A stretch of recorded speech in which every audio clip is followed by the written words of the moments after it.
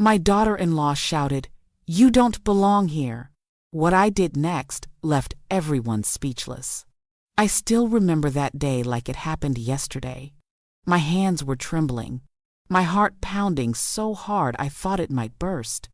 I was standing in the living room of my own son's house, the very house I helped him buy when he got his first job. And there she was, Linda, my daughter-in-law, her face red with anger, pointing at me like I was a stranger trying to steal something that belonged to her.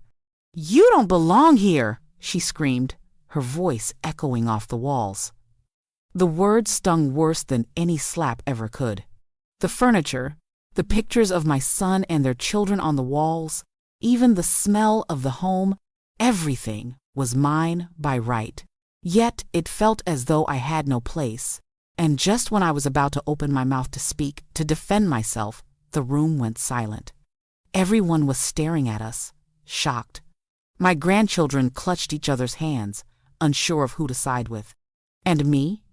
I just stood there, calm, smiling. Inside, I was boiling, but I had learned long ago that anger, when shown too soon, can ruin everything. So, I did what I always do. I waited.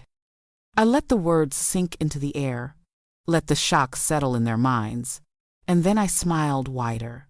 That smile, it was the calm before the storm. It hadn't always been like this.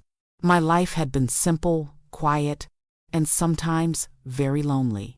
I had spent years raising my son alone after his father passed, working 2 jobs, sacrificing so he could go to college, so he could have a life better than mine. I had taught him kindness, empathy, patience. Yet here I was, in my old age, being told I didn't belong in the home of my own blood. Earlier that morning, I had arrived with a small gift for the grandchildren, some of their favorite chocolate and a book about heroes who never gave up. I thought it would be a joyful visit, a chance to see my son smile again, to play with my grandchildren and tell them stories about the old days. But as soon as I stepped through the door, Linda's face changed. Her eyes narrowed, her lips twisted into a sneer. I knew then that something had shifted in her mind. It was no longer about kindness or family. It was about control, and she wanted to make me feel small. At first, I tried to reason with her. "Linda," I said softly, "I just came to see the children. I don't mean to intrude." But she only waved her hand at me like I was a shadow in the corner. "Don't bother, Mom," she snapped. "You're not welcome here."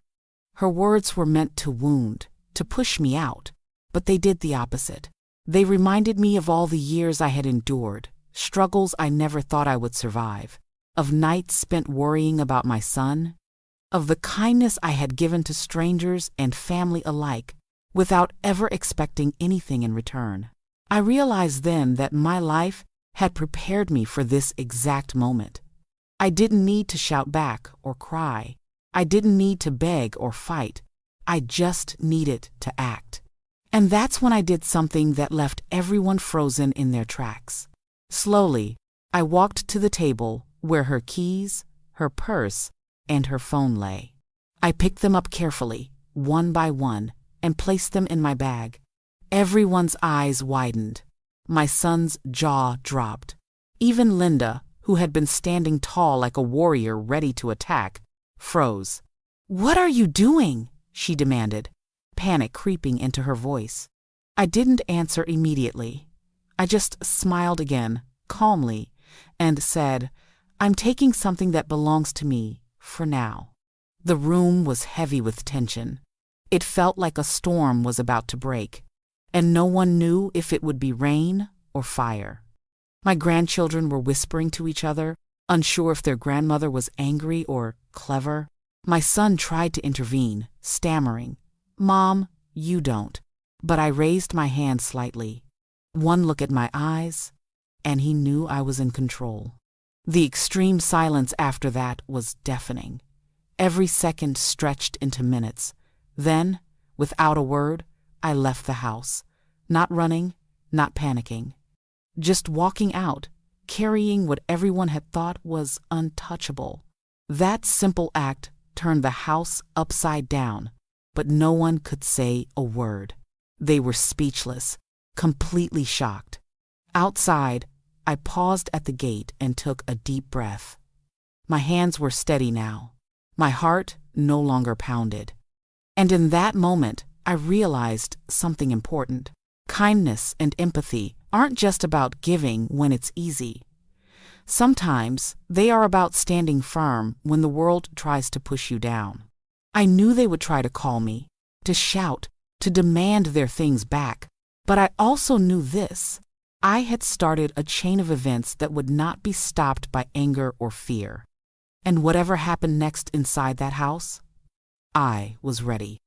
The sun was setting, casting long shadows across the street, and as I looked back at the house, I felt a quiet satisfaction.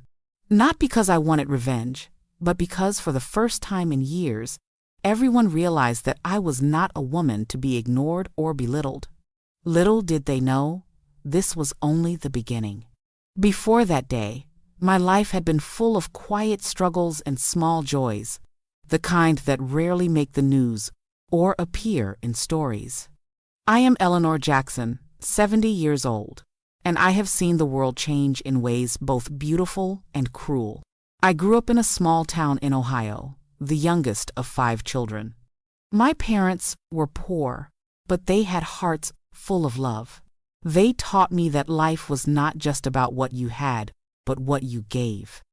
From a young age, I understood that kindness was a currency more valuable than money.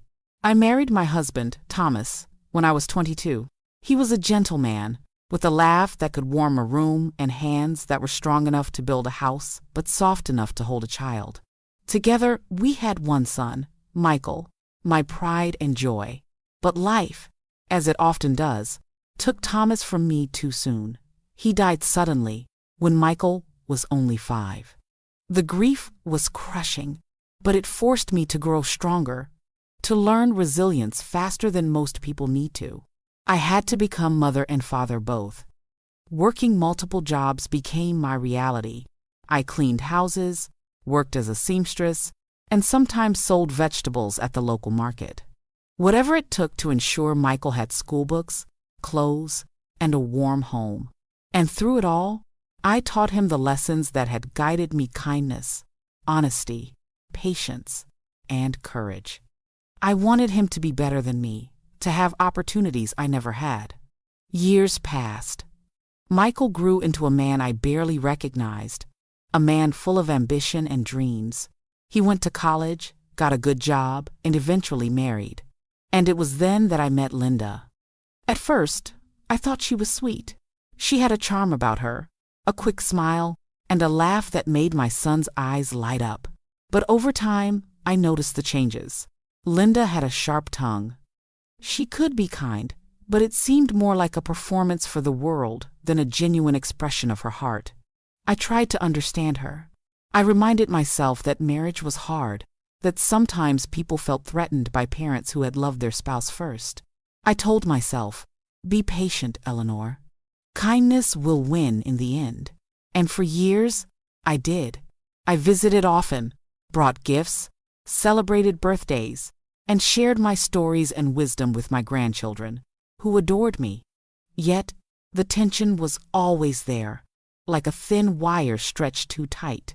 Linda wanted control of everything: my son, the home, even the children's love. She would make subtle comments about my old-fashioned ways, my simple clothes, my lack of wealth. I ignored most of them. I had survived worse in life than a sharp tongue or a dismissive glance. But deep down, I felt a storm brewing, one I knew I might have to confront one day. The morning of the confrontation, I had woken early, preparing small treats for the children. I baked cookies, wrapped them in colorful paper, and packed a new storybook I had found about a hero who never gave up, just like I had taught my son. I smiled to myself, thinking about the joy on their faces. I imagined Michael's laughter, the sound of the children asking me to tell stories about their dad. It was a simple plan, for a quiet day of love and family. I arrived at the house carrying the small bag of gifts, my heart light with hope. But the moment I stepped inside, I felt a cold shift. The warmth I expected to find in my son's home was gone. Linda was there, and she didn't smile. Her eyes were sharp, her posture stiff. I sensed the storm I had feared for years. I tried to speak softly, to make peace. "Good morning, Linda. I brought the children something special," I said, holding up the bag. My voice was calm, but inside I felt a tension I hadn't known in years. Linda's response cut through the air like a knife. "You shouldn't even be here," she snapped. "This is our home now, not yours." Her words hurt, yes, but they also reminded me of everything I had endured. The years of hard work, of sacrifice, of silent patience. I realized that for all her power in that moment, she was afraid. Afraid of losing control. Afraid of the love I had earned from my son and grandchildren. I took a deep breath and remembered something my mother had told me.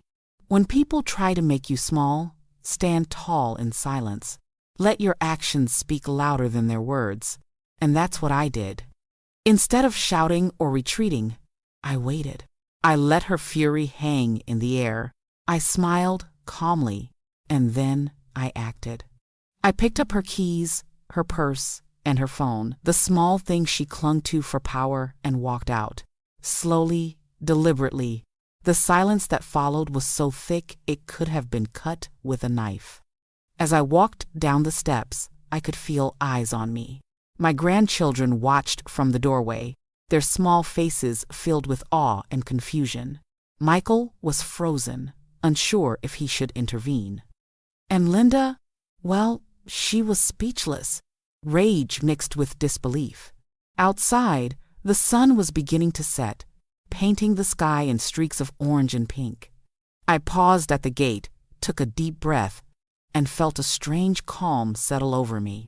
I knew the next steps would require patience, cunning, and the quiet strength I had honed over a lifetime.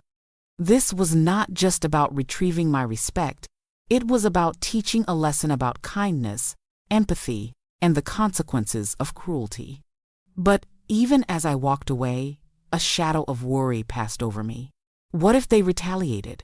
What if Michael took Linda's side completely? What if I had miscalculated and caused more pain than I intended? These questions swirled in my mind, but I pushed them aside. I had a plan, a strategy, and the one thing Linda didn't understand about me: I never gave up, no matter how stacked the odds. That night, I sat alone in my small apartment, sipping tea, thinking about the confrontation. I replayed every word, every gesture, every expression. I knew that what I had done, the act that left them all speechless, was only the beginning.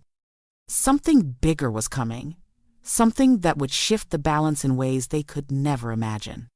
And then it happened. A knock came at my door. I wasn't expecting anyone. I opened it cautiously, and there stood a man I hadn't seen in years, a family lawyer I had worked with when Michael was young. His eyes were serious, his voice calm but heavy with importance. "Mrs. Jackson," he said, "we need to talk about the estate and some recent changes your son should know about." I invited him in, my heart racing with a mix of fear and excitement. I had waited decades for a moment like this, and I knew it had finally arrived. Little did anyone in that house know, the next few days would change everything. The storm I had set in motion was about to break, and no one, neither Linda, Michael, nor the children, would ever see it coming. Because sometimes, the smallest act of courage, the quietest gesture of resolve, can shake even the strongest walls, and I was ready to shake their walls to the core. The lawyer, Mr. Anderson, stepped into my small apartment, his briefcase heavy with papers, and closed the door behind him with a soft click. His presence carried a weight of authority, the kind that made people sit up straighter and listen carefully. I poured us both a cup of tea and gestured for him to sit. My hands were steady now, no longer trembling from the confrontation earlier that day. "Mrs. Jackson," he began, setting his briefcase on the table, "I've been handling some matters regarding your late husband's estate. It appears there are provisions that many people, including your son, are not fully aware of." He paused, letting the words settle. I nodded, inviting him to continue, already sensing the opportunity to shift the balance that had long been tilted against me in my own family. He opened a folder and handed me a document. This will was drafted many years ago, with updates as needed. The most recent changes were made just before your son's wedding, and they have a very specific direction. I took the paper carefully, reading the lines one by one. My eyes widened as the words sank in. The estate, the home, and certain financial assets were earmarked in a way that ensured protection for me and, more importantly, that Linda could not claim full control. I sipped my tea, letting the gravity of the situation fully hit me. This was not about greed. It was about fairness, about standing up to someone who had tried to erase me from the lives of the ones I loved. I thought about Michael, my son, my boy who had always carried my lessons in kindness, and my grandchildren, innocent and unaware, who deserved a safe, loving environment without manipulation or fear. For the rest of the afternoon, Mr. Anderson and I went over every detail. I took notes, asked questions, and made mental plans. How I would approach Michael, how I would confront Linda without causing irreversible damage, and most importantly, how I would ensure my grandchildren were shielded from unnecessary pain. Every word was deliberate, every decision calculated. I was ready to act, but with patience, because patience had been my greatest ally all these years. Later, I decided to take a walk. The streets of my neighborhood were quiet, lined with trees, whose leaves whispered in the wind. I thought about my life, my losses, my sacrifices, and the future I was determined to secure. A group of children played nearby, their laughter innocent and carefree. I smiled, remembering similar days spent with my own son before the world had made things so complicated. Life, I realized, was about small acts of love as much as it was about standing firm when necessary. Returning home, I felt a quiet determination settle within me. That evening, I called Michael. I could hear his exhaustion in his voice, his day spent at work and dealing with household chaos. "Mom," he said softly, "what's going on?" "I want to talk to you, Michael," I said calmly, "about the family, about the house, and about some things you may not know." We agreed to meet the next day. As I hung up, a sense of control washed over me. For the first time in years, I felt the power of clarity and preparation. I wasn't going to be intimidated. I wasn't going to be dismissed. And I wasn't going to let anyone, not even my own daughter-in-law, dictate my place in my family. The next morning, I arrived at Michael's house earlier than usual, carrying a small folder with copies of the legal documents. The children ran to me immediately, hugging me tightly, oblivious to the tension that hung in the air between the adults. I smiled, ruffling their hair, feeling a surge of warmth. These were the moments that reminded me why I had fought so hard all these years. This was the reason patience and kindness mattered. They nurtured love that could not be easily broken. When Michael appeared, I could see worry flicker across his face. "Mom, what's all this about?" he asked cautiously. I gestured for him to sit in the living room, and the children reluctantly went to their toys, sensing a serious conversation was coming. I spoke calmly, explaining the documents, the intentions of the will, and the protections that were in place for me and the grandchildren. Michael listened intently, a mixture of disbelief and dawning understanding crossing his features. I didn't know, Mom," he said quietly, shaking his head. I thought it was different." "I know, Michael," I replied softly, "but sometimes People act out of fear or pride, and sometimes, even the ones we love can make mistakes. But it's never too late to set things right.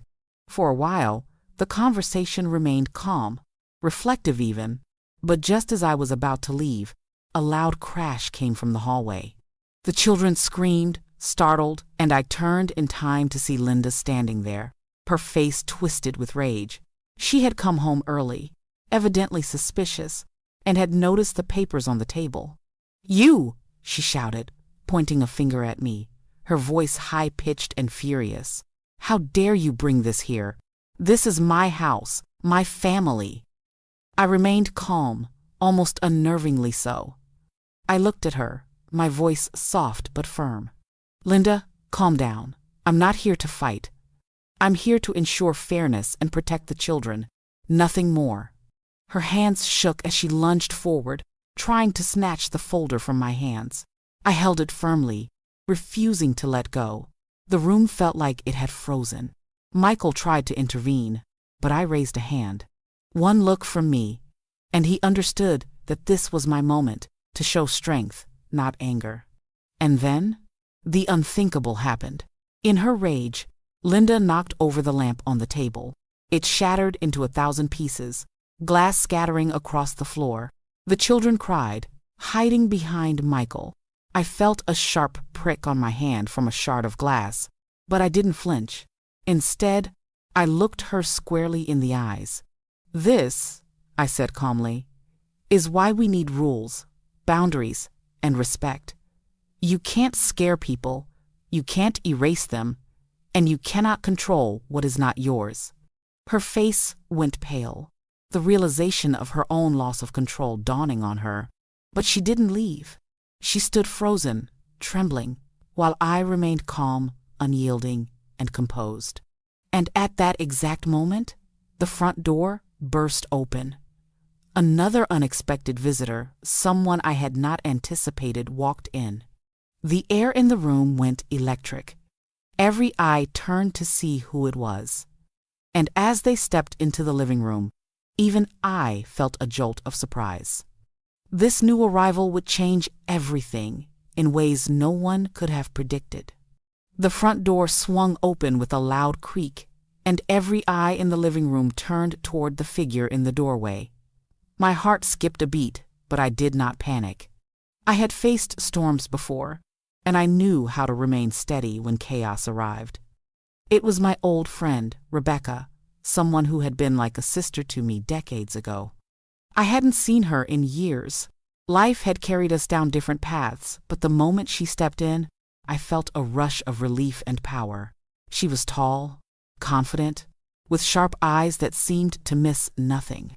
Her presence alone seemed to demand respect. "Eleanor," she said calmly, her voice carrying the weight of authority, "I got your message." I glanced at Michael, whose jaw had dropped, and at Linda, whose eyes widened with disbelief. None of them had expected this. "Rebecca," I said, trying to mask my excitement, "I didn't think you could make it so soon." Rebecca gave me a small, knowing smile and stepped fully into the room. "I promised I'd help," she replied.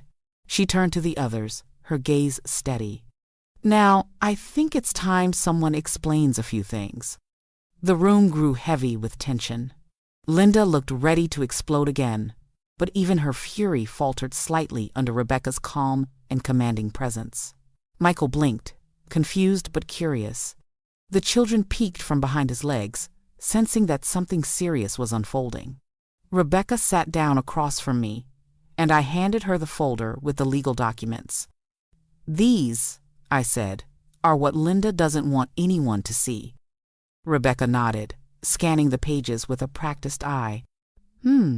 Interesting," she murmured. "Very interesting indeed." I could see Linda's frustration growing. "What are you doing here?" she demanded, stepping closer. "This has nothing to do with you." Rebecca raised a single finger, calm but firm. "Actually, it does," she said. "I have known Eleanor for decades. I know the sacrifices she's made for her family, and I know what people like you do when you think you can intimidate those who love and protect their family. Linda froze. She had expected confrontation, shouting, maybe tears, but not an ally appearing out of nowhere. She had not accounted for Rebecca. The atmosphere softened slightly. I took the moment to speak to Michael. Son, life is not just about wealth or control. It's about understanding, fairness, and protecting the ones we love. Sometimes the people closest to us need guidance, even when they don't realize it. Michael nodded slowly, still processing everything. The children peeked out, sensing that the storm in the room was shifting. Linda, however, clenched her fists, silent but fuming. For a few minutes, there was an uneasy calm. Rebecca and I went over the plan, quietly, in whispers that only Michael could just barely hear. We discussed how to approach the situation with Linda, how to protect the children, and how to ensure the legal documents were respected. For the first time, I felt like the pieces were finally falling into place. Then came a small, almost innocent event, a text message alert on my phone. I picked it up, glanced at the screen, and my stomach dropped. It was from someone I had long thought out of reach, someone who had the power to complicate everything we were planning. I didn't speak immediately, but my eyes widened as I read the words. Rebecca noticed my reaction. "Who is it?" she asked quietly. Before I could answer, the room was shaken by a loud bang from the kitchen. Linda had pushed over the counter in frustration, sending plates and utensils crashing to the floor. The children screamed. Michael gasped, and I froze for a second, but not in fear. I knew exactly what to do. I calmly walked over, picked up the nearest plate, and placed it gently back on the counter. My hands did not shake. My voice did not rise. Linda's fury grew, but the calmness in me seemed to mock her. I turned toward Rebecca and whispered, "It's time." Rebecca gave me a subtle nod. I knew what she meant. The storm was about to escalate to a level that would leave everyone in that house, Linda especially, speechless. And just as I was about to act, the unexpected text message beeped again. I glanced down. My eyes widened further. This was not just any message, it was a revelation, something that could turn the entire family dynamic upside down. The room held its breath as I looked up. Everyone waited, unsure what would happen next. Even Linda, for all her rage, sensed that something monumental was about to unfold. And then I pressed open, ready to reveal a secret that would change everything. I stared at the phone, my fingers trembling slightly, not from fear, but from anticipation. The message on the screen was short, but it carried the weight of a bombshell. My heart skipped a beat as I read it again. "Eleanor, there's something you need to know about the estate. Not everything has gone according to plan. Be careful who you trust." My mind raced. Who had sent this? Was it an ally trying to help, or someone who wanted to stir chaos? The possibilities swirled like a storm cloud above me, and yet I felt a strange calmness. I had been preparing for years for moments like this. Challenges, deception, anger, they all came with the territory of a life lived with patience and resilience. Rebecca noticed my sudden silence and leaned over. "What is it?" she asked softly, her voice steady but urgent. I showed her the message. She scanned it quickly, her brow furrowing. She murmured. "This could complicate things, but it could also be an advantage if we handle it correctly." I nodded. "I need to be careful," I said. "Linda is already unstable. Michael is confused. And the children, they can't be caught in the crossfire." We spent the next hour strategizing. We decided to keep the message secret for now, only sharing it with each other while we prepared for the next moves. The less extreme moments of planning and discussion were necessary. They gave us control over the storm that was building inside that house. By mid-afternoon, I returned to the house, carefully carrying a small basket of snacks for the children. They ran to me, giggling, their innocent laughter a stark contrast to the tension between the adults. I hugged them, ruffled their hair, and told them a short story about a brave grandmother who never gave up, smiling as they listened wide-eyed. But the calm didn't last. As I placed the basket on the kitchen counter, Linda appeared, her eyes blazing. She had been watching me, plotting her next move. Without warning, she lunged toward me, attempting to grab the phone from my pocket, the very device that now held the dangerous message.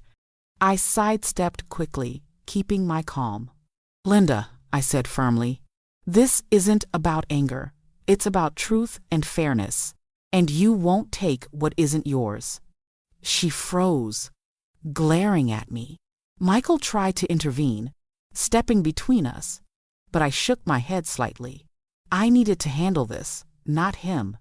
Then, just as the tension seemed unbearable, the unthinkable happened. The front door slammed open again, even harder this time, and a man I had never seen before stepped into the room. His presence alone was enough to make Linda take a step back.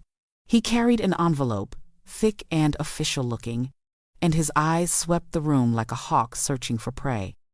"Mrs. Jackson," he said, his voice deep and serious, "I've come on behalf of the law firm handling your husband's estate.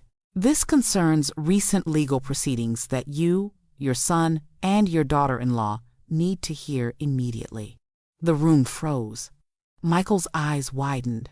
The children clutched each other, afraid. And Linda's face went pale. She had thought she had control, thought she could intimidate or manipulate. But now, with this stranger in the room, it was clear she had underestimated just how prepared I was and how far I was willing to go. The man stepped forward, placing the envelope on the table. I reached for it, my fingers brushing the surface. There was a weight to it, not just the paper, but the consequences inside. I could feel the tension radiating through the room. Rebecca leaned toward me and whispered, "This could change everything, Eleanor. Are you ready?" I took a deep breath. I had waited decades for moments like this. I had faced anger, betrayal, and injustice before. I had endured hardships that would have broken a lesser woman. And now, standing in this living room, with my family watching, I knew I was ready. I opened the envelope. Inside were documents, official and stamped, revealing information that no one in the room expected.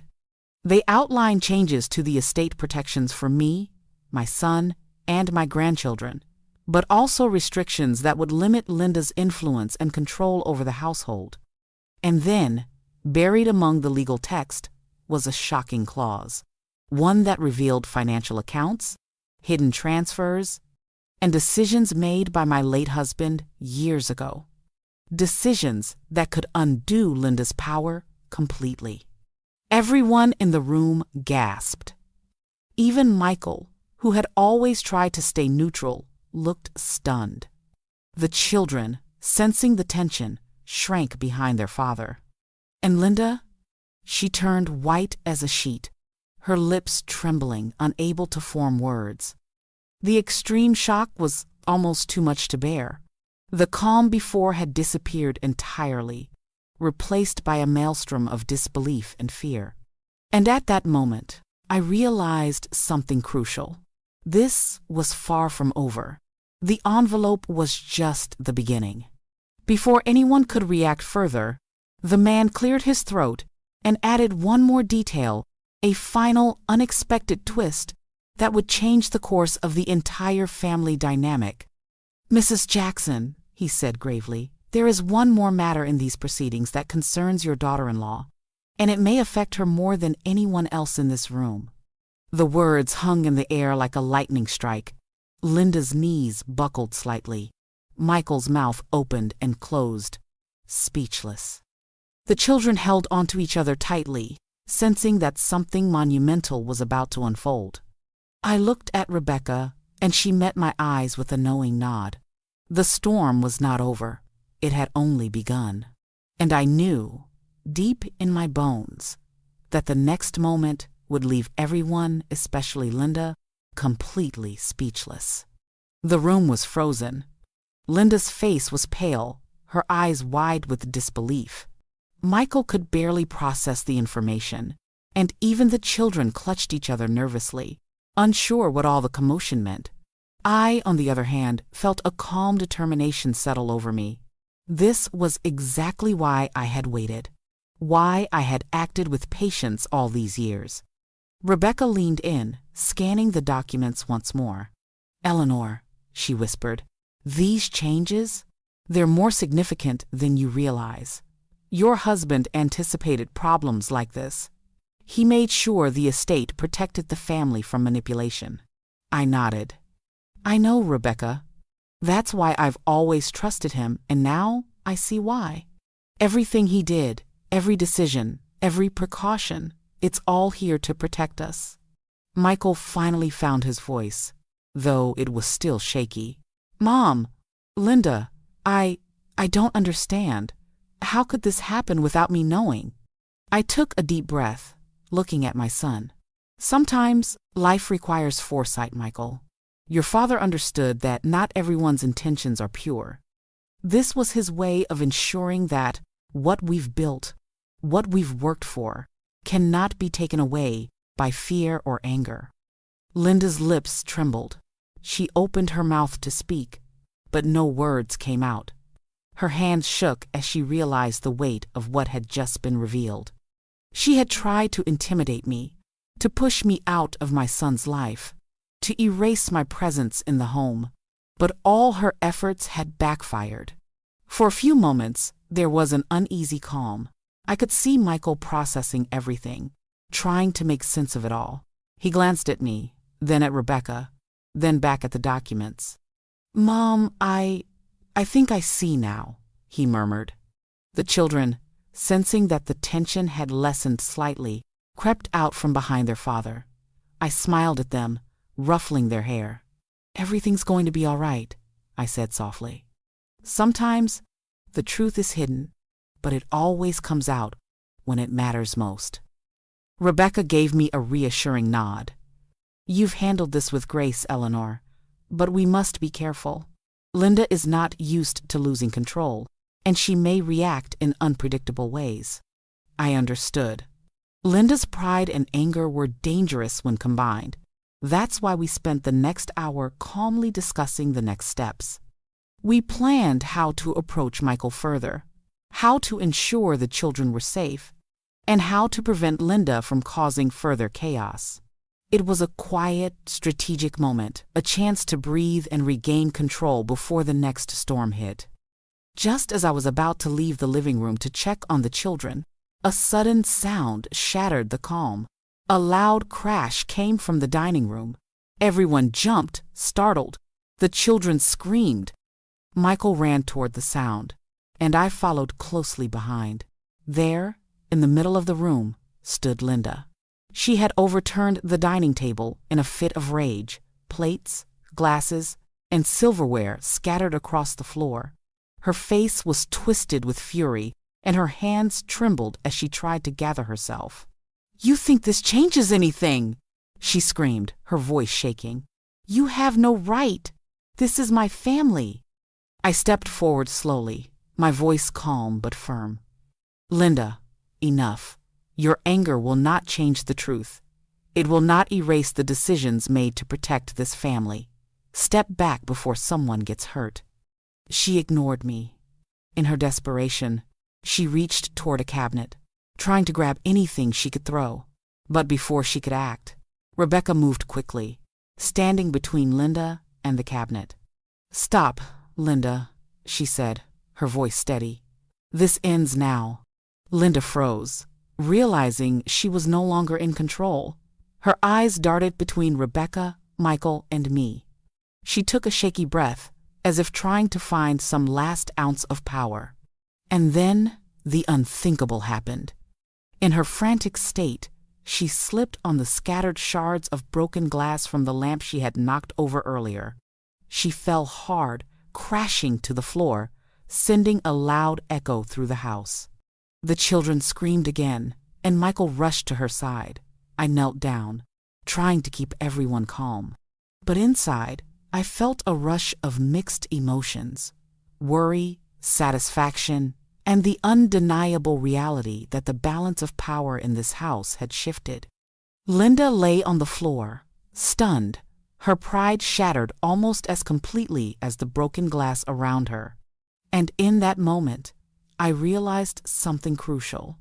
Sometimes, extreme actions have consequences far beyond what anyone expects.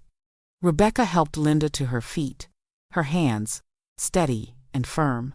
"This is not the way to handle problems," she said calmly. "Control comes from understanding, not anger.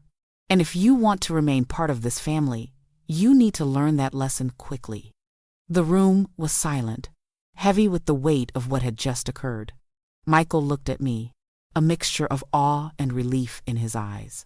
The children, still clinging to each other, were slowly beginning to understand that the storm had passed for now. But even as the calm returned, I knew this was not the end. Linda's pride and fury would not vanish overnight. The next move, whether from her or from circumstances beyond our control, was already on the horizon. And deep down, I sensed that the next extreme event would arrive sooner than anyone expected, leaving the entire family once again in shock. The morning after Linda's fall, the house felt different. The air was heavy but quieter than it had been in days. Michael and I spent the early hours cleaning up the broken glass and scattered dishes. The children helped as best they could, though mostly they stayed close to their father and me, sensing the tension was not fully gone. Rebecca stayed nearby, offering guidance and quiet support. Her calm presence had become almost like a shield around us. Even Michael, who had always struggled to assert himself, seemed more confident now, finally seeing the strength I had carried within me all these years. I took a moment to step outside into the garden. The morning sun was gentle, the wind soft against my face. I reflected on everything that had happened in the past few days: the confrontation with Linda, the shocking documents, the arrival of the mysterious lawyer, and now this fragile calm.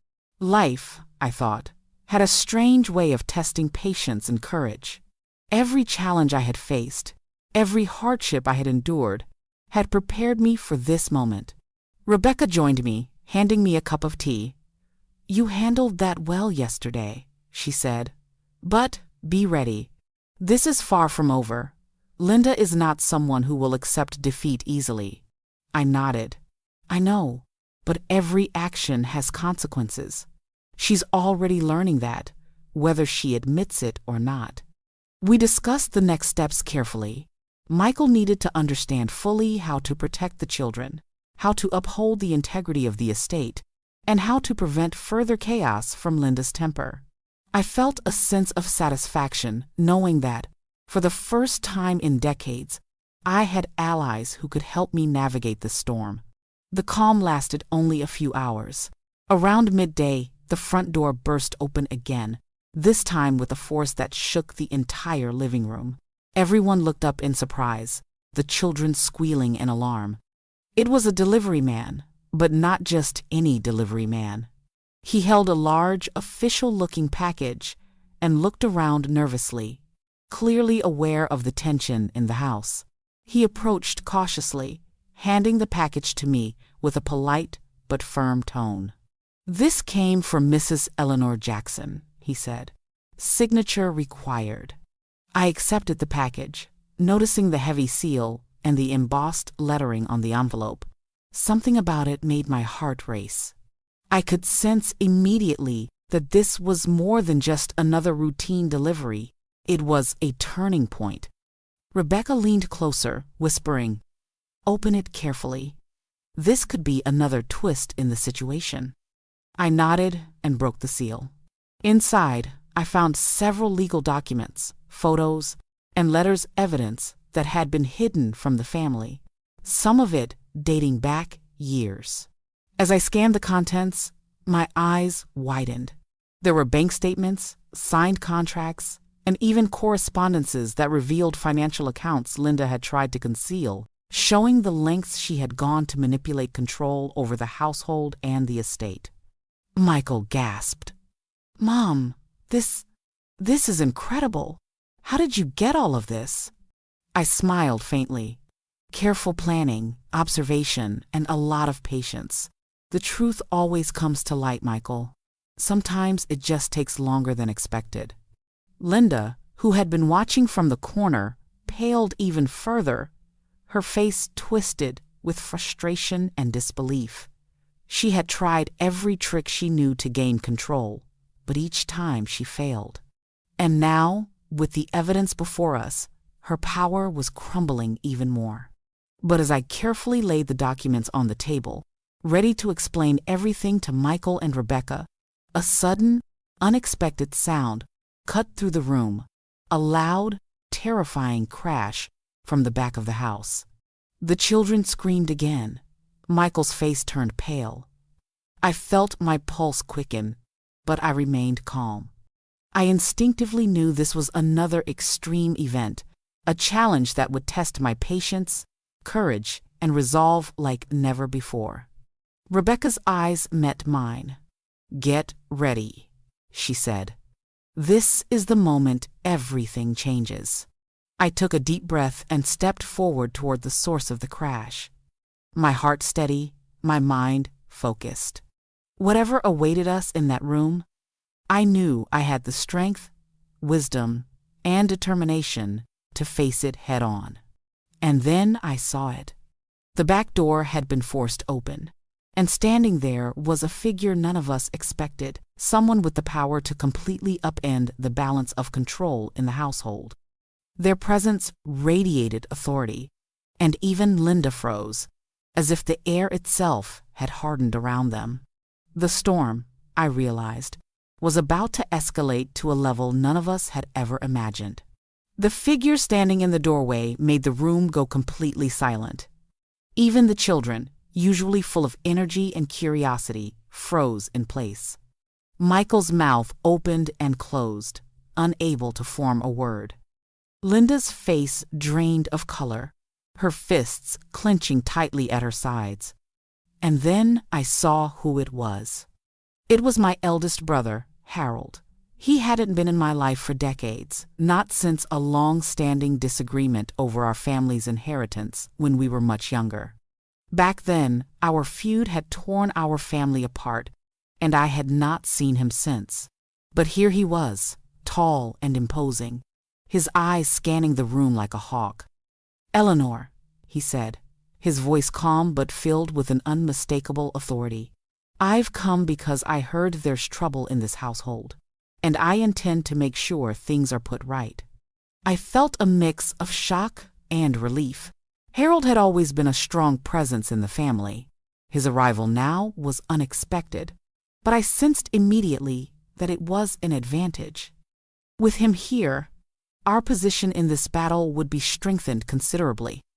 Rebecca gave me a quick nod. "Perfect timing," she whispered. Michael, still bewildered, finally found his voice. "Uncle Harold, what are you doing here?" Harold's gaze softened slightly as he looked at Michael. "Your mother reached out. She told me everything, and I knew I had to act.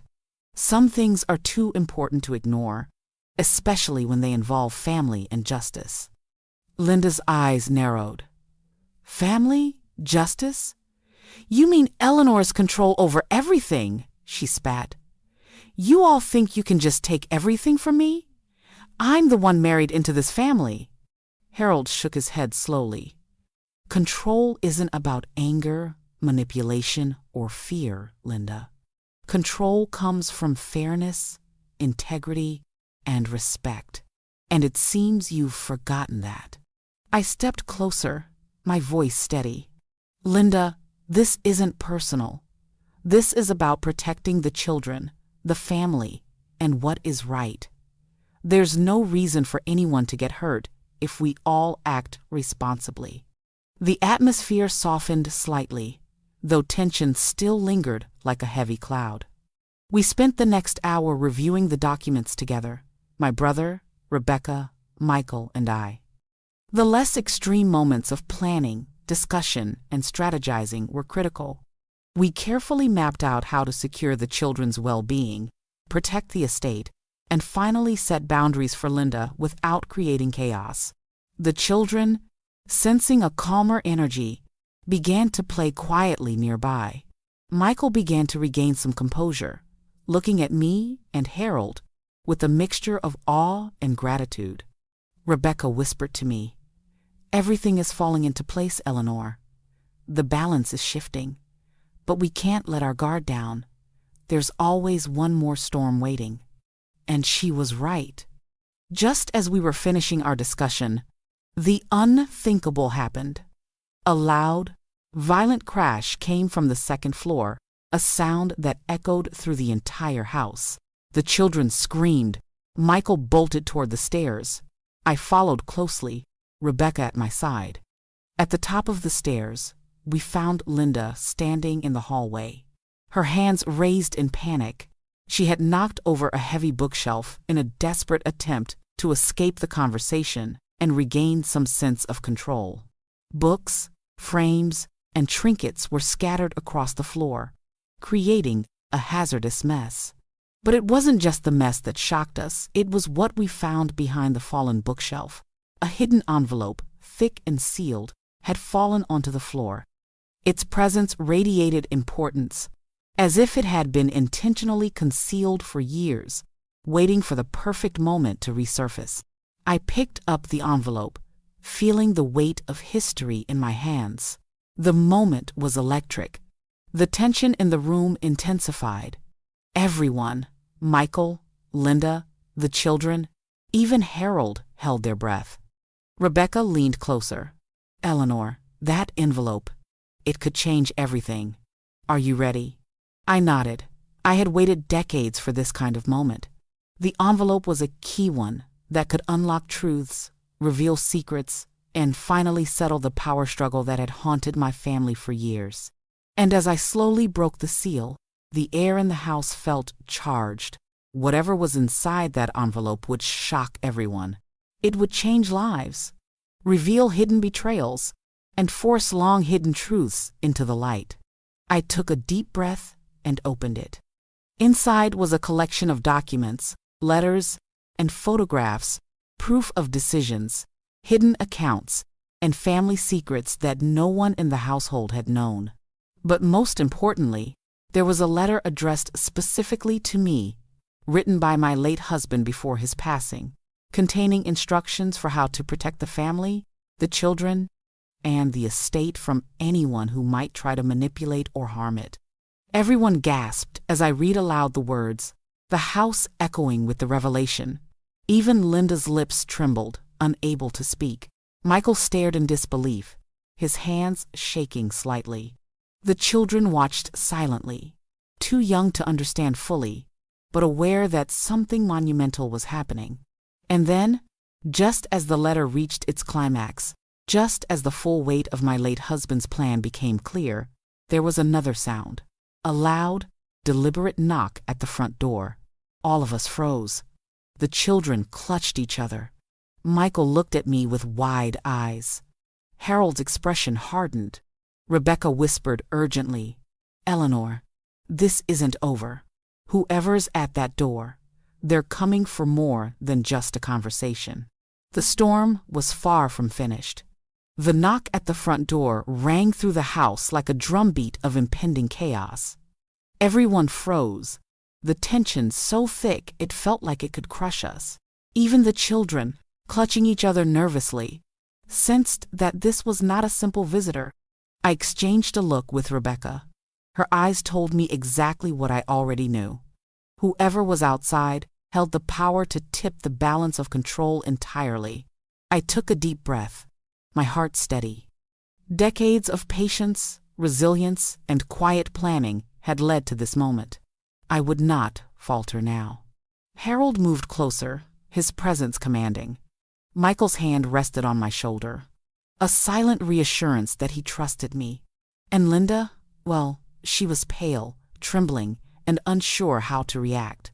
For once, she seemed powerless. I stepped forward and opened the door slowly. Standing there was the executor of my late husband's estate, Mr. Whitman, a man of stern demeanor and meticulous precision. But he was not alone. Behind him stood 2 security personnel and a young woman holding a small briefcase. Their presence immediately conveyed authority and seriousness. "Mrs. Jackson," Mr. Whitman said, his voice calm but unwavering, "we've come to ensure that your late husband's final wishes are executed exactly as he intended. We have documents, funds, and instructions that must be delivered directly to you and only to you." I nodded, understanding the gravity of what was happening. This was not just a legal matter. This was the culmination of years of planning, secrecy, and protection. The very moment my husband had prepared for was now unfolding before my eyes. He handed me a thick folder, the official seal intact. Inside were financial documents, trust papers, and letters specifying precisely how the estate was to be divided and how Linda's control over the household and assets would be limited unless she complied with the rules of fairness and respect. Linda's face went pale. She took a step back, realizing for the first time that she no longer held power. Her rage turned into desperation, but even then, she could not take any action. Michael's eyes widened as he read through the papers. "Mom, this is everything. I can't believe it. How did you manage all of this?" I smiled faintly, a mixture of pride and relief washing over me. Patience, planning, and understanding people. Sometimes you have to wait for the right moment.